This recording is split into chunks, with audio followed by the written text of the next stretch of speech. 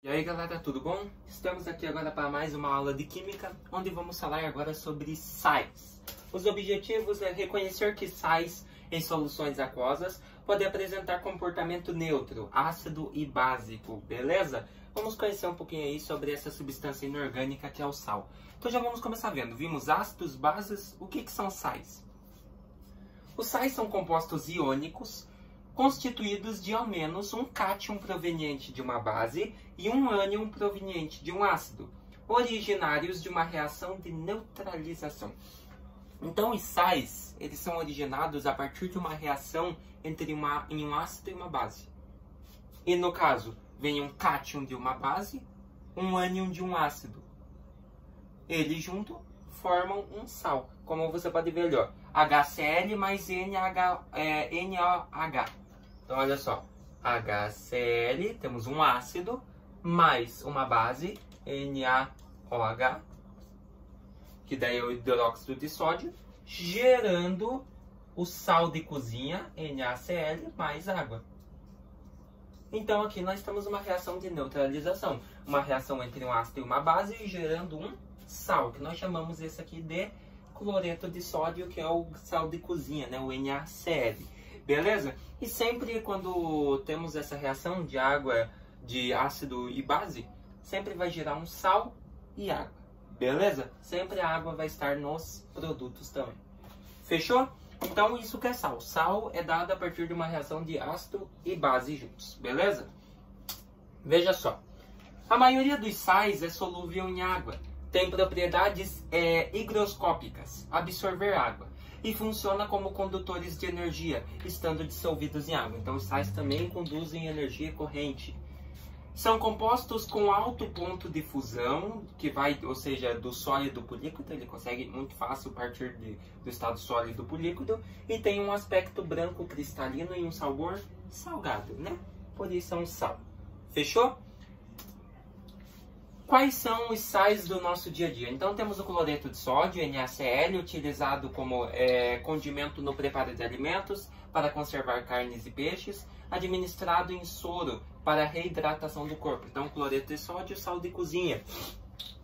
Daí nós temos o carbonato de sódio, Na2CO3, utilizado para equilibrar o pH de piscinas, aplicado também na fabricação de medicamentos, vidros, detergentes, produtos cromados, fotografias e nas indústrias textis, para neutralizar o ácido sulfúrico, beleza?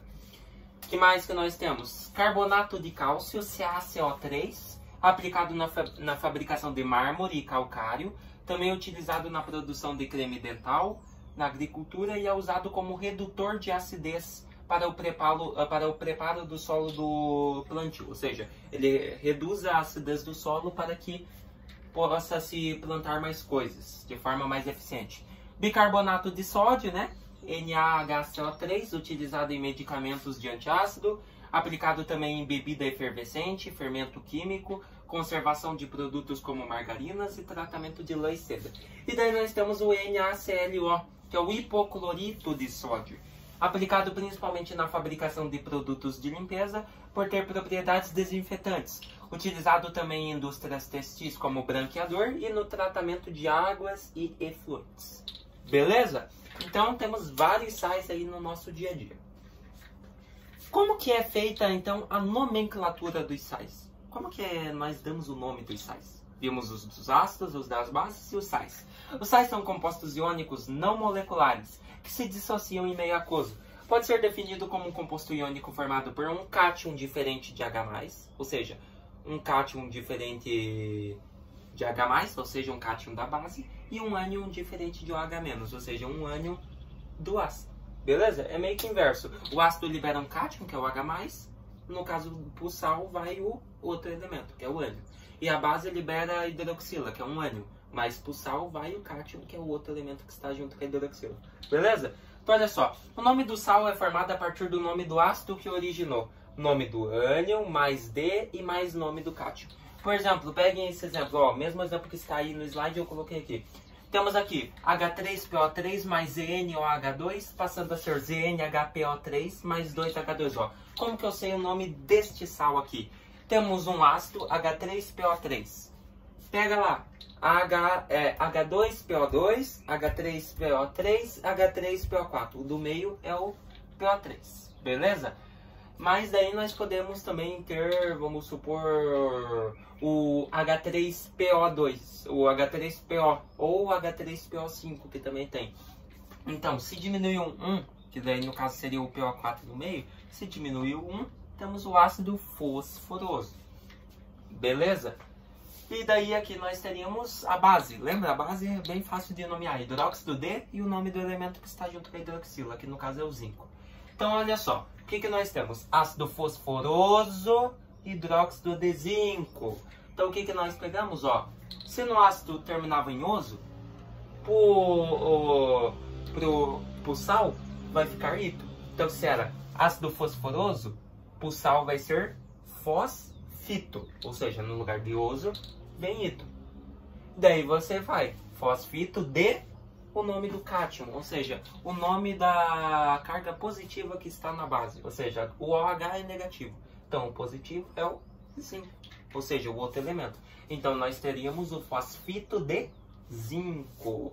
Beleza? Então o nome do sal ele é formado a partir dessas reações. Primeiro você tem que saber o nome do seu ácido, daí você tem que saber o nome da sua base, daí para você conseguir nomear o sal, beleza? Então, fosfito de zinco, esse é o primeiro exemplo. Vamos para mais dois, olha só, esses eu não fiz no quadro, mas está ali também. Temos H2SO4 mais NaOH, passando a ser NaHSO4 mais H2O. Temos então lá H2SO4, ácido sulfúrico.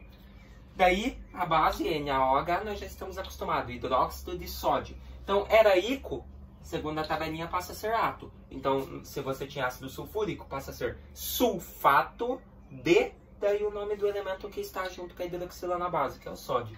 Então, nós teríamos o sulfato de sódio. Beleza? Esse é o exemplo 2. Olha o exemplo 3. Agora é o outro ali, ó, que vai de hídrico para eto. Então, nós temos HCl mais NaOH, passando a ser NaCl mais H2O. É o que nós vimos lá no começo. Você tem ácido clorídrico e hidróxido de sódio novamente. Se era hídrico, passa a ser eto. Então você teria cloreto de e o nome do elemento que está com a hidroxila, que é o sódio também. Então teríamos o cloreto de sódio. Beleza? Então para nomear sais, primeiro, sempre saber o nome do seu ácido, depois o nome da sua base, aí você consegue nomear então o seu sal, beleza? Você vai pegar aqui, ó, fosforoso, cloro, o que for, o elemento que estiver junto com o hidrogênio. Esquece o ácido, pega só essa parte. Aí ele era fosforoso, se era oso, vai para ito. Então, fosfito de e o nome do elemento que está com a hidroxila na base. Zinco aqui no caso. Então, fosfito de zinco. Fechou? Bem de boinha de nomear sais, né? Olha só outras características. Classificação dos sais. Como que nós podemos classificar os sais? Sais neutros ou normais. São os sais produtos de uma reação de neutralização completa, ou seja, a reação em que todos os íons H+ de um ácido ligam-se aos íons OH- de uma base. Então olha só, você tem um exemplo ali, ó, do HBr, no que nós temos então o ácido bromítrico, beleza? Mais o KOH, hidróxido de potássio, passando a ser KBr. Ou seja, aqui nós temos um sal neutro. Por que nós temos um sal neutro? Você observa que ele pegou uma parte da base, que foi o potássio K, e ele pegou uma parte do ácido, que foi o bromo, o Br. Então ficando KBr. Ou seja, você observa que ele pegou um elemento, a mesma quantidade de elemento, tanto do ácido, tanto da base. Um da base, um do ácido. Então é um sal neutro, ou seja, nós dizemos que todos os íons H+ de um ácido se ligaram a todos os íons OH- de uma base. Então aqui nós temos um sal neutro, beleza? Olha só, temos outros? Temos sais com caráter ácido. Agora você já imagina, se ele pegava a mesma quantidade com caráter ácido, ele vai pegar mais elementos de um ácido, né? Então olha só, são os sais produtos de uma reação entre um ácido forte e uma base fraca, ou quando ocorre uma neutralização parcial de um ácido. Então, por exemplo, observe agora que você tem H2SO4 mais NaOH passando a ser NaHSO4. Acabamos de ver essa reação no exemplo 2, né? Que nós nomeamos aqui, então, o nosso sal, beleza? Então, olha só, observe o seguinte. Na, ele é proveniente da base ou do ácido? Da base. Então, ele pegou um elemento da base. Agora, observa, o H, ele também é proveniente aqui, ó, da base. Então, base. Então, 2 elementos. Mas observe aqui o seguinte. O enxofre proveniente do ácido. E o oxigênio, O4 é proveniente do ácido também. Então, ele pegou 2 elementos da base, 3 elementos do ácido.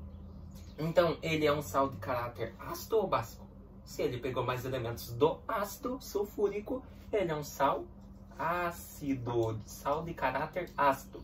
Então, sal de caráter ácido é isso, é uma reação entre um ácido forte e uma base fraca, onde o sal vai ter mais componentes, mais elementos provenientes do ácido. Fechou? Porventura, sal com caráter básico são sais produtos de uma reação de neutralização parcial, em que a base é mais forte que o ácido. Então, pega aqui o exemplo do HCl mais CaOH2, passando a ser CaOHCl. Então, observe o seguinte agora.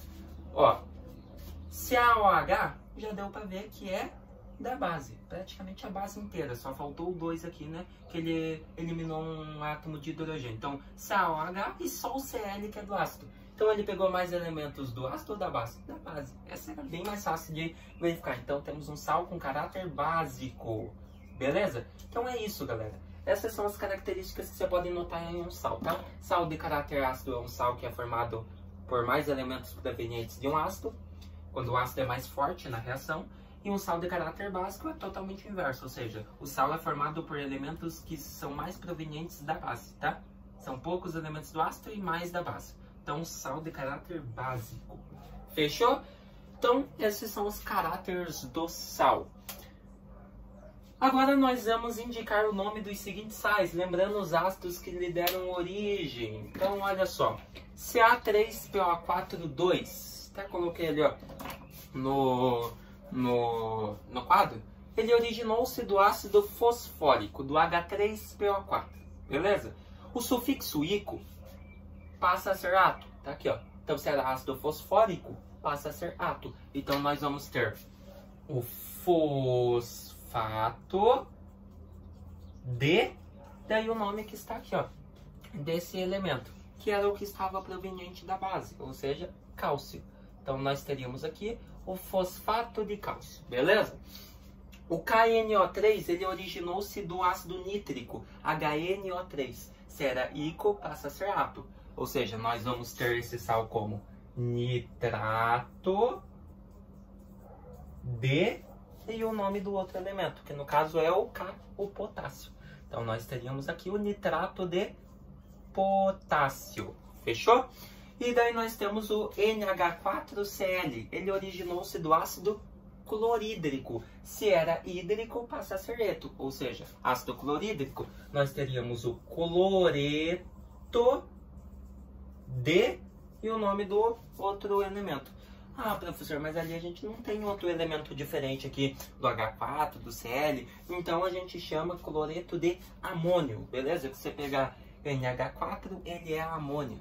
Então a gente chama de cloreto de amônio. Fechou?